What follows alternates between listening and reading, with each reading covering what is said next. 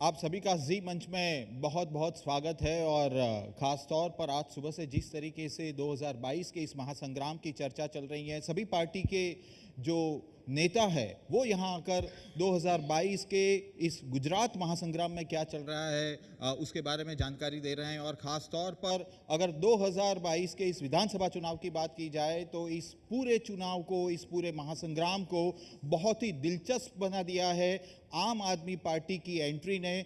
वैसे तो इस राज्य में मैं 1999 से सारे चुनाव कवर करता आ रहा हूं, लेकिन 2022 का चुनाव कुछ खास बन चुका है और उसकी एक सबसे बड़ी वजह है कि यहाँ पर त्रिपांखिया यानी कि एक जो तीसरा मोर्चा आया है उसके कारण ये जंग काफ़ी दिलचस्प हो चुका है। तो बात करेंगे आज हम आम आदमी पार्टी के प्रदेश अध्यक्ष गोपाल इटालिया जी और वाराछा के आम आदमी पार्टी के जो उम्मीदवार हैं अल्पेश कथीरिया जी, इन दोनों से हम बात करेंगे। दोनों काफ़ी अग्रेसिव नेता है, दोनों का जन्म राजनीति में अगर कहा जाए तो पाटीदार आरक्षण आंदोलन से हुआ है और आज दोनों हमारे साथ हैं। आप दोनों का खूब खूब स्वागत है और खास तौर पर गोपाल भाई आपका बहुत बहुत स्वागत है। सबसे पहला सवाल गोपाल भाई आपसे ही पूछना चाहूँगा कि आप आम आदमी पार्टी के प्रदेश अध्यक्ष हैं। आई थिंक आपकी उम्र करीब 33 से 34 साल के आसपास होगी और इस राज्य में 27 साल से भाजपा का शासन है। कैसे लगता है आपको कि आपकी पार्टी इस राज्य में शासन पर आएगी, सत्ता पर आएगी? देखो, बहुत अच्छा लगता है। इतने सालों से राजनीति में जो लोग रहे हैं उनके सामने एक फ्रेशर्स के तौर पे जब हम लड़ते हैं, ये हिम्मत दिखाते हैं और जनता का सहयोग मिलता है तो बहुत अच्छा लगता है कि छोटी सी उम्र में एज ए न्यू कमर्स हमने बहुत अच्छा काम किया है। अब सवाल है कि कैसे इन लोगों से काम करेंगे। जनता महान है लोकतंत्र में। जनता ने इस बार ठाना है कि इस बार नए विचार को जगह देंगे, नए लीडर्स को जगह देंगे, नई पार्टी के साथ आगे बढ़ के गुजरात को नई ऊंची दिशा में आगे ले जाने के लिए साथ देंगे। ज़मीन पे जनता का वो साथ और सहयोग दिख रहा है। हर बूथ स्तर पे जनता का सहयोग दिख रहा है। आप सोशल मीडिया से लेके ग्राउंड तक लेके, ज़िले से लेके तहसील से लेके विधानसभा तक, हर एस्पेक्ट्स पे आप देखेंगे तो जनता का भरपूर सहयोग इस नई सोच को, नई लीडरशिप को मिल रहा है। और बीजेपी के नेताओं के चेहरे पर भी ये नई सोच का डर दिख रहा है। गोपाल भाई एक सवाल ये भी है कि करीब 5 साल पहले की अगर बात करें, 2017 की मैं बात कर रहा हूँ, 2017 में जो विधानसभा चुनाव हुए थे उस वक्त आप दोनों की भूमिका, अल्पेश भाई हो, हार्दिक पटेल हो, आप सभी की भूमिका कुछ अलग थी। और 5 साल के भीतर ऐसा क्या हो गया कि आपने समाज को छोड़ दिया और राजनीति की राह पकड़ ली और राजनीतिक पार्टियों के दामन थाम लिए? नहीं, समाज को कोई छोड़ ही नहीं सकता। समाज बड़ा विशाल दरिया है, इसको कोई छोड़ नहीं सकता है। लेकिन सब समय के साथ साथ कारवा आगे बढ़ता रहता है, निरंतर कारवा बदलता रहता है। समाज के लोगों की, राजनेताओं की, पार्टियों की भूमिकाएं समय के हिसाब से बदलती रहती है। उस टाइम हम समाज के लिए लड़ने की भूमिका में थे, लेकिन प्लेटफॉर्म था सिर्फ समाज। अब हमारी भूमिका समाज के लिए लड़ने की तो है ही है, लेकिन प्लेटफॉर्म है राजनीति, जो कि अपने आप में एक बड़ा मंच है। तो हमने एक छोटे से अपने मंच से एक बड़े मंच की ओर आगे गति करी है और हम इस बड़े मंच से काम तो वही कर रहे हैं जो पिछले 5 साल पहले कर रहे थे। लेकिन इस बार नया ये है कि इस बार हम देश के सबसे शक्तिशाली लोगों के सामने खड़े होकर के चुनाव लड़ रहे हैं। पिछली बार हम खुद चुनाव नहीं लड़ रहे थे, किसी और के लिए काम कर रहे थे। इस बार हम खुद लड़ रहे हैं, इस बार हम खुद चुनौती दे रहे हैं। ये अपने आप में एक बड़ी बात है। अल्पेश भाई आपसे सवाल पूछना चाहूँगा। मैं आपको बता दूं कि अल्पेश कथीरिया जो कि वाराछा के प्रत्याशी भी हैं और उनको गब्बर सिंह के नाम से भी जाना जाता है। और यह जो वाराछा का जो चुनाव है, वो सीट है, वो काफ़ी इंटरेस्टिंग होने जा रही है क्योंकि कुमार कानानी जो आपके सामने उम्मीदवार के तौर पर भारतीय जनता पार्टी से खड़े हैं, ऐसा कहा जाता है कि ये चाचा भतीजे की लड़ाई है। आप भतीजे हैं, वो चाचा है। कैसी रहेगी ये लड़ाई? देखो, यहाँ की जो जनता है पिछले 10 साल काका को मौका दिया, उसको आरोग्य मिनिस्टर भी बनाया, लेकिन जिस दौर से वहाँ काम होना चाहिए, एक स्वाभाविक तौर है कि समझो कोई भी आरोग्य मिनिस्टर है तो उसके वहाँ एक 100 बेड की अस्पताल तो होनी ही चाहिए। तो ऐसा कोई काम नहीं किया है कि जो आरोग्य मिनिस्ट्री को करना चाहिए। वहाँ सबसे ज़्यादा कंजेस्टेड एरिया है तो ट्रैफिक की बवाल बहुत रहती है। मेरी जानकारी एक बार बीच में जी। रोक रहा हूं कि जस्ट मेरी जानकारी में ये भी है कि भारतीय जनता पार्टी ने कहा है कि वहां पर अस्पताल बनने जा रहा है। आपने ये मुद्दा उठाया था तो वहां जवाब भी ये दे दिया गया है। देखो, बनने जा रहा है तो बनने कब जा रहा है? 27 साल हुए आपके शासन को। अब आप बनाने वाले अभी है। अब आप वही सब बांट रहे हैं जो आप हमें कहते हैं कि हम रेवड़ी बांटते हैं, तो अब आप बोल रहे हैं अब आप हॉस्पिटल बांट रहे हो, तो क्या बात है? देखो, एक सिंपल बात है कि कोई भी लोग को लोग ऐसे ही चुनते हैं कि वो जनप्रतिनिधि के नौर पे कुछ अच्छा काम किए। कोरोना के समय पे वो घर पे बैठे हैं। कोरोना के समय पे लोग फ़ोन करते हैं मिनिस्टर के तौर पे कि सर हमको इंजेक्शन चाहिए, तो काका बोलते हैं कि मैं भी ढूंढ रहा हूँ। तो ये जो दिन थे वो लोग कभी नहीं भूल सकते हैं, और ये दिन का जवाब लोग को मत से देने वाले हैं। और वराछा की जनता ने तय कर लिया है कि काका को हम 9 तारीख को हरिद्वार भेज रहे हैं यात्रा पे, 8 तारीख को भतीजा को चुनाव से विजयी संकल्प कराना है। तो अल्पेश कथीरिया को एक सवाल ये तो बनता ही है कि मैंने आपको जिस तरीके से कवर किया है, आपकी स्टोरीज हम लोगों ने जो चलाई है, काफ़ी बार जेल में जाना भी हुआ और उसकी सबसे बड़ी वजह रही है आपका गुस्सा। क्या लग रहा है राजनेता बनने के बाद यही गुस्सा आपके रास्ते में नहीं आएगा? देखो, जेल एक ऐसी चीज़ है कि जो सरकार के दमन से होता है। मैं इस राष्ट्र का नागरिक हूँ, माँ भारती का बेटा हूँ। मैं चाहे कोई भी पक्ष में हूँ, भाजपा में हूँ, कांग्रेस में, आप में हूँ या ना हूँ, मैं ऐसा तो लड़का हूँ ही नहीं कि मैं राष्ट्र के विरुद्ध काम करूँगा। उसके बावजूद भी 2 राजद्रोह लगाए हैं। देश आज़ाद होने के बाद राजद्रोह वाली बात है वो सिर्फ भाजपा ने ही की है, और काफ़ी सारे लोगों पे ही लगाई है। और उसको लगता है कि लोगों को जेल में डालने से लोग टूट जाते हैं, बिखर जाते हैं और उसका काम हो जाता है। लेकिन हम हमारे विचारों से खड़े हैं, हम हमारी आज़ादी से खड़े हैं। आप जेल में कभी बार बार भेजो या वहाँ पे ही रखो, लेकिन कुछ फ़र्क नहीं पड़ता है, क्योंकि हम भी वहाँ हौसलों से बुलंद होते हैं, हम भी वहाँ पे पढ़ते हैं। हम जेल में जाते हैं तो वहाँ पे भी हम अच्छा काम कर लेते हैं। वहाँ पे बहुत समय मिलता है, हमको पढ़ना है, लिखना है, अच्छा काम करना है। तो मैं तो भाजपा का शुक्रिया अदा करता हूँ कि वो हम जितनी बार हमने जेल भेजा है उतनी बार मैं मजबूत होकर बाहर आया हूँ। गोपाल भाई, आपसे एक सवाल है कि आप सभी का जन्म, हार्दिक पटेल हो, आप हो, अल्पेश भाई हो, आप सभी का जन्म कहीं ना कहीं आंदोलन से हुआ, पाटीदार समाज को हक दिलाने की बात से हुआ। आज पाटीदार समाज, या तो आप खुद उस पाटीदार समाज से हैं, आप दोनों उस पाटीदार समाज से हैं, क्या लगता है कि कहीं ना कहीं आपने राजनीति में जाकर पाटीदार समाज से गद्दारी नहीं की है? क्योंकि आप दोनों ने पहले कई बार ये कहा है कि हम लोग कभी राजनीति में नहीं जाएंगे, कभी किसी राजनीतिक पार्टी का दामन नहीं पकड़ेंगे। राजनीति में इस देश में आने के 2 परंपरागत तरीके थे। एक, आपके पास 2 नंबर के बहुत से पैसे होने चाहिए, अगर आप अमीर है फिर किसी भी दरवाजे से किसी भी स्तर पे आप सीधा घुस सकते थे, या फिर आप राजनीतिक परिवार से आते होने चाहिए, फिर आप कहीं भी कभी भी कोई पद पे जा सकते थे। 2 ही दरवाजे थे राजनीति में जाने के, या तो परिवार से आ जाओ राजनीतिक, या तो पैसे से आ जाओ। हम अपने आप में यूनिक लोग हैं जो समाज के हक और अधिकार के लिए लड़े हैं। लड़ते लड़ते लड़ते हमने समाज के दिल में अपनी जगह बनाई, गुजरात के दिल में अपनी जगह बनाई, और धीरे धीरे से हम आगे बढ़ते हुए एक नया रास्ता बनाते हुए हम यहाँ पहुँचे हैं। तो ये हमारे लिए गर्व की बात है। दूसरी चीज़ कि जब भी कोई मुख्यमंत्री या मंत्री या विधायक का बेटा विधायक बनता है तो उनसे ये नहीं पूछा जाता है कि आप क्यों राजनीति में आए, क्या आप एक ही परिवार से आगे बढ़ते रहोगे।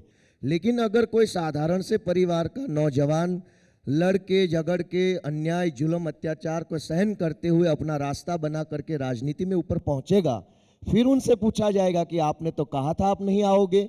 लेकिन ये क्यों नहीं पूछा जा रहा कि हमें यहाँ आने की ज़रूरत क्यों पड़ी, क्यों हमें हमारा काम, मैं नौकरी कर रहा था पुलिस में अच्छे से, क्यों छोड़ के यहाँ आना पड़ा। और दूसरी बात, मैंने कभी जीवन में नहीं कहा कि मैं नहीं आऊँगा, मैंने ताल ठोक के कहा था कि राजनीति में आएंगे, इन सबको हराएंगे, इसी कुर्सी पे बैठ के अच्छे फैसले लेके गुजरात चलाएंगे हम। देखो, मेरा सिंपल सा मानना है कि अभी अगर एक अनपढ़ आदमी मंत्री बन सकता है तो कम से कम मैं BA LLB हूँ, मैं चुनाव लड़ूंगा, मैं राजनीति में क्यों नहीं जाऊँगा। अनपढ़ अगर मंत्री बन सकता है, विधायक बन सकता है, मैं भी बनूंगा। तो मैंने मेरे जीवन में कभी नहीं कहा कि मैं नहीं आऊँगा, मैंने कहा मैं आऊँगा। शुक्र है सब जनता का, समाज का, लोगों का, आप सब जैसे वेल विशर्स का, जिन्होंने सारों ने सपोर्ट करके हम जैसे साधारण परिवार के युवाओं को इतना बड़ा मौका और जिम्मेदारी दी है। गोपाल भाई, आप हमेशा से ही आपके बयानों के कारण काफ़ी चर्चा में रहे हैं। आपकी कई सारे वीडियोस हैं जो काफ़ी वायरल हुए हैं। आपने प्रधानमंत्री नरेंद्र मोदी के लिए जो शब्द का इस्तेमाल किया था, उनकी माताजी के लिए जो शब्दों का इस्तेमाल किया था, उसको लेकर भी आप काफ़ी ट्रोल हुए थे और काफ़ी बड़े विवाद खड़े हुए थे। क्या अब एक प्रत्याशी होने के बाद, एक पार्टी के प्रदेश अध्यक्ष होने के बाद, इन सारी बातों का गोपाल इटालिया को कोई पछतावा है? देखो, बात पछतावा नहीं, पछतावा की है ही नहीं है। बात यह है कि जब चुनाव आता है तो चुनाव से ठीक 15-20 दिन, एक महीने पहले भाजपा वाले सारी 10 साल पहले की बातें पकड़ पकड़ के लाके पूरे गुजरात को लेकिन दिखाते। बोलने वाले तो गोपाल इटालिया ही थे ना। मैं बता रहा हूँ पूरी बात। बोलने वाले तो प्रधानमंत्री जी भी गुजरात के मुख्यमंत्री रहते हुए सोनिया गांधी जी के बारे में इतना घटिया शब्द बोले थे, आज तक उन्होंने माफी नहीं मांगा। मैं जब भी कुछ बोला हूँ, अगर वो चीज़ गलत है तो तब भी मैं मुख्यमंत्री तो नहीं था, कोई पद पे नहीं था, मेरी बहुत कम उम्र थी। अगर कम उम्र में मैंने कुछ ना समझ में बोला है तो आज मैंने अपनी सोच को ठीक कर लिया है, आज करेक्ट कर लिया, और उस करेक्ट सोच के आधार पे मैं काम कर रहा हूँ। लेकिन जिन्होंने मुख्यमंत्री रहते हुए देश की एक महिला लीडर के बारे में जो घटिया शब्द बोले थे, उसको लेके भाजपा के कार्यकर्ताओं का क्या मानना है? मैंने अपनी नासमझ में कुछ बोला है, मैंने अपनी सोच को करेक्ट भी किया है और मैं आगे बढ़ रहा हूँ। सोच को करेक्ट किया है, लेकिन पछतावा है, मेरा सीधा सवाल देखो, यही था करेक्ट गोपाल कर भाई। लिया, उसमें सब आ गया। अब उसका कोई मतलब लिख के तो सारा करेक्ट कर लिया, मतलब करेक्ट कर लिया, ठीक कर लिया सोच को। जो भी बोला गया और 10 साल पहले अगर मैंने कुछ बोला है तो क्या वो बात आज के 2022 के गुजरात चुनाव का मुद्दा है? भाजपा इसी मुद्दे पे चुनाव लड़ेगी? मतलब 27 साल में आपने कितने स्कूल, अस्पताल, कॉलेज, रोड बनाए, वो नहीं दिखाएंगे? आप ये दिखाएंगे कि गोपाल का 10 साल पहले का, जब वो छोटा था, जब वो किसी पद पे नहीं था, जब वो सार्वजनिक जीवन में नहीं था, तब जो बोला था वो देख लो और बीजेपी को वोट दे दो, ये कहना चाहते भाजपा वाले। मुझे तो शर्म आती है और तरस आती है भाजपा की इस हालत पे कि मेरे वीडियो दिखा दिखा के वोट मांगने पड़ रहे। क्या हालत होगी इन भाजपा की? इससे अच्छी तो बेहतर स्थिति में मैं हूं, इससे बेहतर स्थिति में मैं हूं कि मैं मेरे विजन के दम पे वोट मांग रहा हूं। मैं मेरी पार्टी के विजन के दम पे गुजरात के लोगों को अपील कर रहा हूं कि हमारा ये विजन है, वोट दीजिए। आप पूछिए भाजपाइयों से कि आज तक मैनिफेस्टो नहीं निकाला, बताओ, उनको पता ही नहीं कि चुनाव जीत के करना क्या है। अभी तक तो मैनिफेस्टो नहीं निकाल पाए वो लोग, और बता रहे वीडियो। भाई मैनिफेस्टो दिखाओ, अपना दिखाओ क्या करना चाहते हो 2022 के बाद। अल्पेश भाई, आपसे सवाल है कि आप जिस बैठक से चुनाव लड़ने जा रहे हैं और आप आम आदमी पार्टी से जुड़े, उससे पहले कई सारी बातें भी सामने आई थी कि आपने भारतीय जनता पार्टी से भी बार्गेनिंग किया था, लेकिन वहाँ सेट नहीं हुआ। आपने 2 सीट की मांग की थी, वो 1 सीट देने के लिए तैयार थे और इसीलिए आपने आम आदमी पार्टी का दामन थामा। देखो, सीटों वाली कोई बात ही नहीं थी। हमारी 2 कंडीशन ऐसी थी कि जो पूरे जनता को मालूम थे, पूरी भाजपा को मालूम थी, कि शहीद परिवार को नौकरी दी जाए और हमारे ऊपर जो भी मुकदमे है वो सभी वापस खींचे जाए। लेकिन पार्टी के लोग इसे नहीं चाहते थे, या उसका पार्टी का प्रशासन नहीं चाहता था कि हम ये जो मांग है हमारी वो स्वीकारें। हमने उसको कितनी बार मौका दिया, तारीख दी, लेकिन वो लाइटली ले रहे और वो यही चाहते हैं कि किसी के ऊपर ये केसों वाला दबाव बना के उस पर हम राजनीति खिला करें। और हमने आखिरी में तय किया कि जब इलेक्शन यहाँ गुजरात में जाहिर हुआ, तभी हमने तय किया कि अब बहुत दिन हो गए, बहुत साल हो गए, तीन मुख्यमंत्री हमने देखे, कहीं सारे प्रदेश मंत्री देखे, सब ने वादा किया लेकिन निभाया नहीं। तो फिर हमें लगा कि क्यों हम ही जाके हमारे प्रश्न का, समाज का समाधान करें। इसी तरह से हमने राजनीति का दमन था। और सीटों की बात में तो भाजपा जितनी सीटों चाहिए उतनी दे सकती है, लेकिन पहले हमारी मांग थी समाज वाली। जब समाज वाली मांग ही वो परिपूर्ण नहीं होती है तो सीटों वाली बात ही नहीं आती है, वहां से अल्पेश मुद्दा भाई, पूरा हो जाता है। समाज कहाँ है अब आपके साथ? आपने समाज को जो वादा किया था, उसमें से ये सबसे बड़ा वादा तो आपने निभाया नहीं कि आप राजनीति में नहीं जाएंगे, पॉलिटिकल पार्टी में नहीं जाएंगे। आपने भी इसी तरीके के बयान दिए थे, उसके बावजूद भी आप वहां पर है। समाज कहाँ रहा है? आपके जो समर्थक थे वो भी हार्दिक पटेल के साथ अब भारतीय जनता पार्टी में जुड़ चुके हैं। मैं एक बहुत क्लियर कट विजन में मानता हूँ। गुजरात में 1.25 करोड़ की आबादी है पटेल समाज की। तो कोई बड़ा समाज हो, पाटीदार समाज से भी कोળી पटेल समाज है, उसकी बड़ी जनसंख्या है, तो बड़े समाज में ऐसा रहता ही है और वो मैं मानता ही हूँ। कोई ऐसा समाज नहीं कि जो एक पक्ष के साथ खड़ा हो, कोई छोटा समाज भी ऐसा नहीं है कि कोई एक पक्ष के साथ खड़ा हो। हर समाज के अंदर हर लोग की हर अलग अलग विचारधारा होती है, हर लोग चाहते हैं, कोई चाहता है भाजपा को, कोई चाहता है कांग्रेस को, कोई आपको चाहता है। इतने भी लाखों लोग हैं जो तीनों से नहीं चाहता और बोलते हैं कि ये सब गलत है। तो हर लोग की अलग विचारधारा होती है, ऐसे ही आंदोलन की बात होती है। हमने आंदोलन में आज तक गुजरात के इतिहास में 6-7 चलने वाला कोई आंदोलन ही नहीं है। उस आंदोलन में हम बहुत खड़े हैं, बहुत संघर्ष किया है, उसमें सफलता भी मिली है। हमने लोगों को दिलाया है, हम ईडब्ल्यूएस दिलाया है। सब लोग आज युवा स्वावलंबन योजना का लाभ है दे रहे हैं।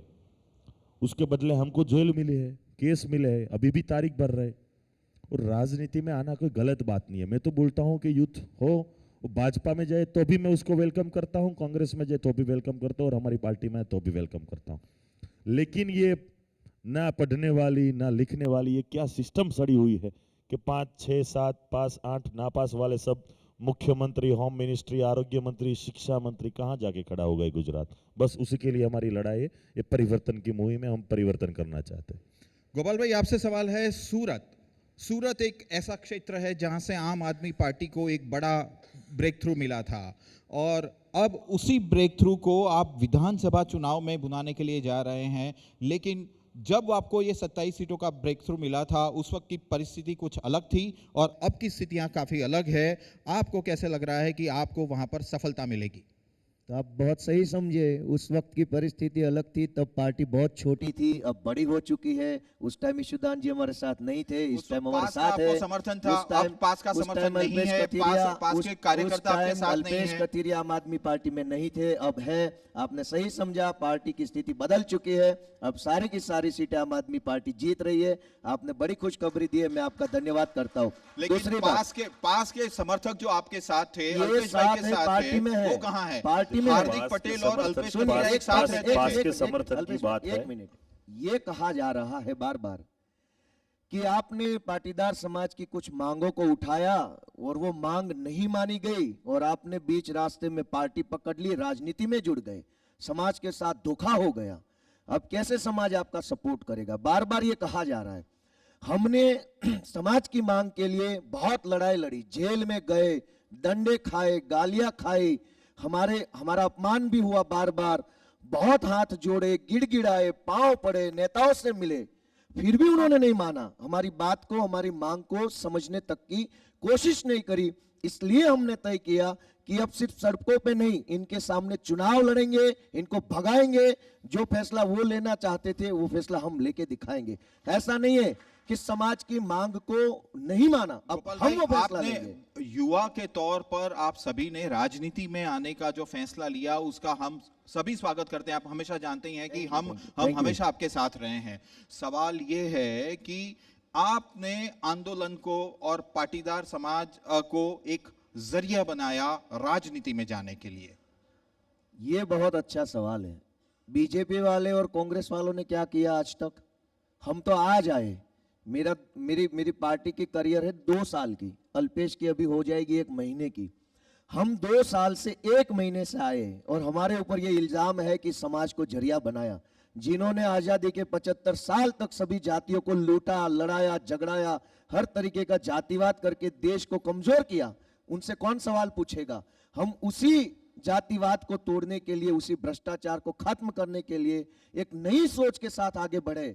हो सकता है कि हमारा रास्ता बीजेपी कांग्रेस जैसा परंपरागत ना हो, हमने नया रास्ता चुना है। हम समाज के हक में लड़ाई लड़ते हुए आए, समाज का मिसयूज करके नहीं आए।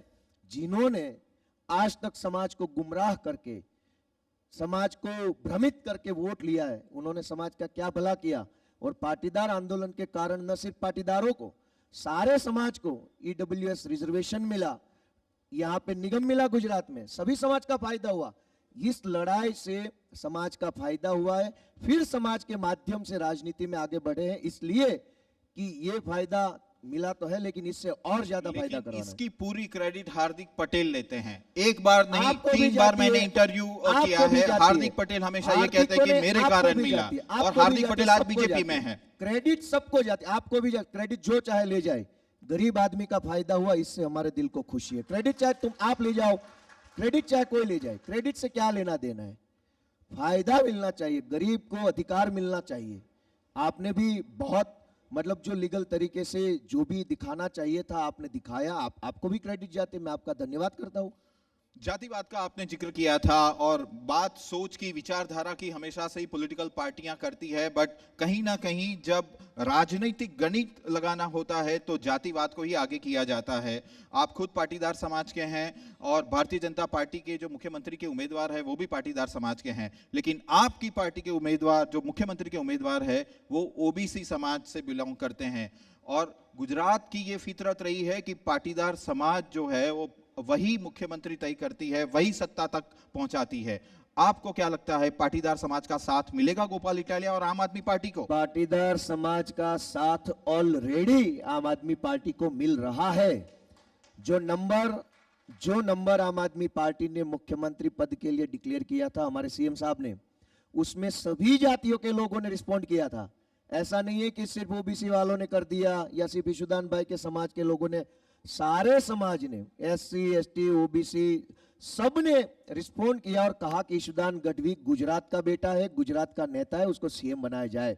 तो आज पाटीदार भी साथ में है, नॉन पाटीदार भी साथ में है। हमें गर्व है कि अपार्ट फ्रॉम द कास्ट, जाति से ऊपर उठ के सारा समाज, सारे युवा आम आदमी पार्टी के साथ जुड़े हैं। ये अपने आप में आजादी के 75 साल के बाद बड़ी सुकून देने वाली बात है। मैं सबका धन्यवाद करता हूं जो आम आदमी पार्टी को सपोर्ट करते हैं।